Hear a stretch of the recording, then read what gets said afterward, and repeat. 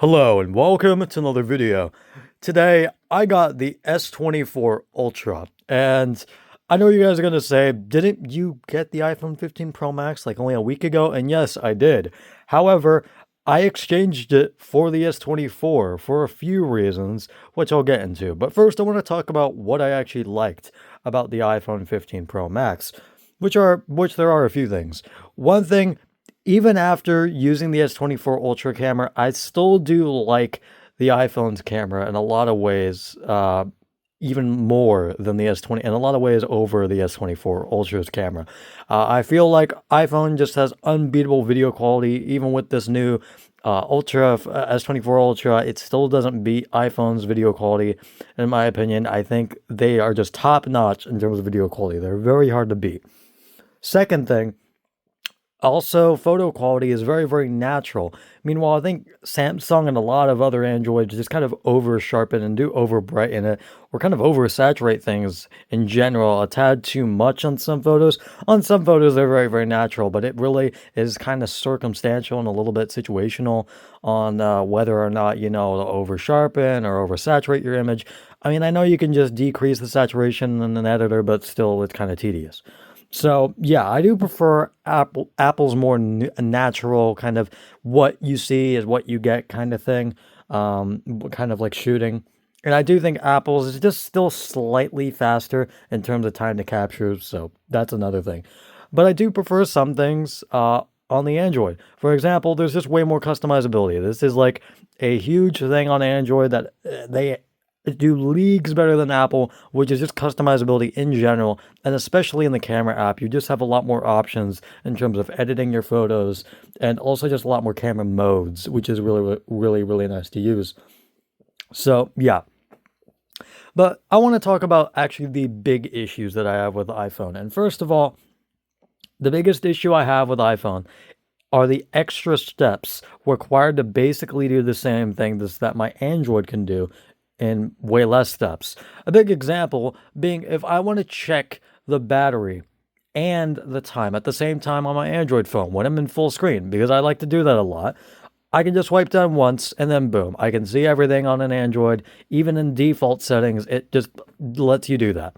On Apple, meanwhile, in full screen for a lot of stuff, if you swipe down, you have to swipe down from the left side in order to see your notifications and your time.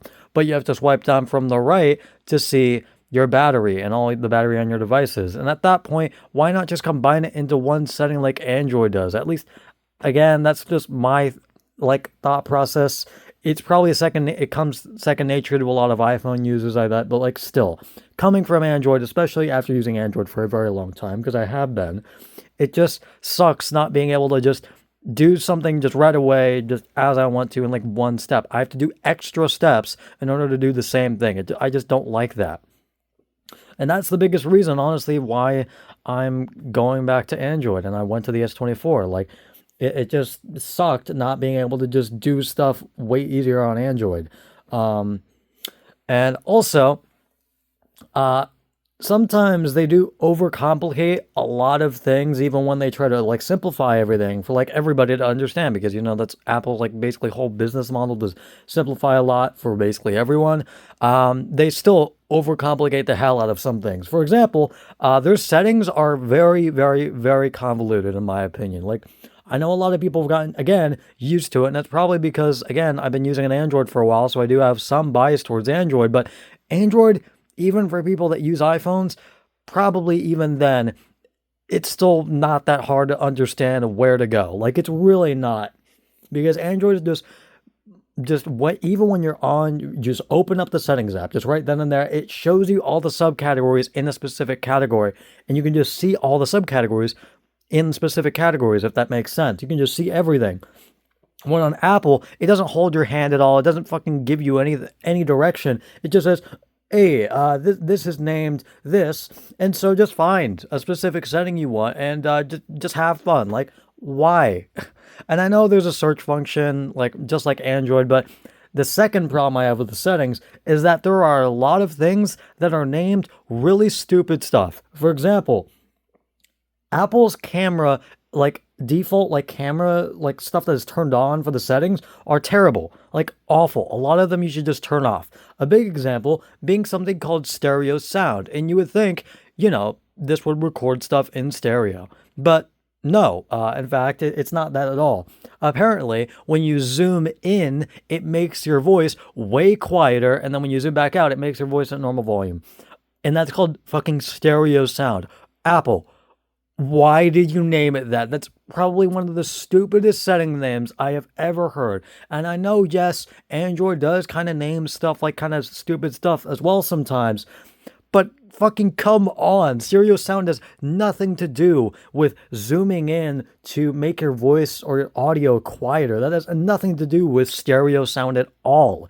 And funnily enough, this setting is also on Android. But guess what it's called? It's called Zoom In Audio, which makes 10 times more sense. You can actually understand what the setting is just by reading the fucking name. On Apple, you can't do that. And a lot of users, since this is on by default, which is probably the dumbest part about this, won't even know this thing exists. And then when they try to zoom in on a video, they'll wonder why their voice is like 10 times quieter when they try to zoom in all the way. Like, it is just a stupid feature and something that should not be enabled by default. And I know technically this can make a video more immersive, especially for like horror channels, just zooming in to make your voice quieter, to be like sneaky or whatever the fuck. But that shouldn't be turned on by default. And also should just be named something better, more clear to people, especially when you're trying to appeal, again, to everybody like Apple is. Like, come on, man. Another stupid thing that they have on, but also that Android had on by default, so I can't really fault Apple for this, because again, Android, at least the S24 Ultra has this on by default. Auto FPS. Why is this on default on both devices? This should not be on. It basically makes it so when you go into a dark area, it will tank your FPS down from a smooth 60 FPS to 30 for no reason. For like zero reason. There's like no reason to have this on. Turn it off immediately when you get your phone. And I get that it's just natural to turn off a lot of default settings, like in general. And also that name isn't really that confusing, so it's a pretty easy setting to turn off. However, the main problem, again, with what I have with these settings is that a lot of them are just not named clearly, or just don't make sense to a lot of people, and doesn't even make sense to me half of the time. So, like, again, it should just be named something better and just more easy to understand. Another thing, and another huge problem that I have with Apple is sometimes them trying to actually oversimplify things when in reality, I just want them to be the way they are on Android. For example, for some reason, Apple requires you to use their own mandatory video player on every single web browser besides maybe a few. But every video browser, from Chrome to Safari to Firefox, all of them use Apple's mandatory video player for browsers specifically, and it is extremely annoying because if you have like a website that is like a custom button when you want to enter full screen mode, and sometimes a lot of websites, in fact, have a specific button, like a custom UI or a custom button to do a specific thing. For example, like a button to skip an intro. On a browser, on an Apple like device and a browser, you can't do that because Apple doesn't allow you to use, for some reason, the website's own built-in video player. It requires you to use their own video player, which is just stupid. I don't know why they require to use their video player. Just let me use the website's video player. And I know this is probably like a security reason or whatever, but at least allow me the option to do that. But no, it doesn't. And I guess I've already tried going into the settings and searching this up, and no matter what I did, it didn't work. Nothing worked. It still made me use Apple's own really bad mandatory video player in web browsers. It's just like really, really bad. There's like no customization options. The only thing you can do, skip forward and skip backwards 10 seconds. You can pinch to zoom in, pinch to zoom out, and you can change the playback speed. That's it. That's all you can do. So yeah, that sucks. But enough of me rambling about why I exchanged the iPhone 15 Pro Max. Now I want to talk about what makes this phone so good. This phone is just way smoother in general over my old phone, the S21 FE. It just feels a lot smoother. And another thing I prefer about this phone over the iPhone is that it seems like in games, it actually runs things at 120 hertz. Meanwhile, on Apple phones, it was just not it was just way more jagged, and it felt like it was running things at 60 hertz, and I'm pretty sure it probably was. But on this phone, it runs buttery smooth on basically every game I play. So it seems like on games on Android, it seems like they run at 120 FPS, but on Apple, they run at 60. I might be incorrect about that, but again, on Android, it just feels 10 times smoother in games. So yeah. Another thing that I really like about this phone is I do like how big it is. I'm so used to like a small phone, and it will take me some time to get adjusted to how big this phone is.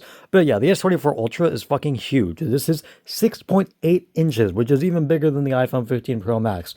But I do like that size. I actually do like big phones. I like small and big phones, to be fair, but I do like just really, really big phones as well. They're just, even though they're like kind of cumbersome to carry around in your pocket, they're just so nice, especially when playing games. It's just way nicer to have a huge phone for that rather than like a tiny screen. So yeah, I do like the huge screen on this. Another thing I like, camera is very, very easy to use and feels a lot better than my old phone, my old Android. And as I said, the S21 FE feels a lot better on this new one. And yeah, just in general, the software experience is a lot better. I will say that there are a little bit less customization options in some specific parts that I wish there were more. For example, I wish they would add an option to use like the same like swipe like functionality where it basically just replaces the buttons, like where the buttons are placed with swipe functions. That was a thing on like old Android. I'm not sure if it's like if it got changed in like very, very later updates of Android, but at least on my old phone, I can just swipe where the buttons are, and it'll just allow me to basically do the same things as the buttons do, but it's just a swipe function instead of, buttons. But on here, it doesn't allow me to do that. It basically only allows you to use the same kind of functionality that iPhones do, which I know it makes sense because, these companies copy from each other all the time, but still, I wish they would just add back the option that I've become so used to using on my old phone. But yeah, rather than that, I don't have a whole lot else to say. This is just a very, very nice phone to use. And also the battery life is really, really good. Although I will say another big thing I really liked about the iPhone, battery life is insane on the iPhone 15 Pro Max. It really is.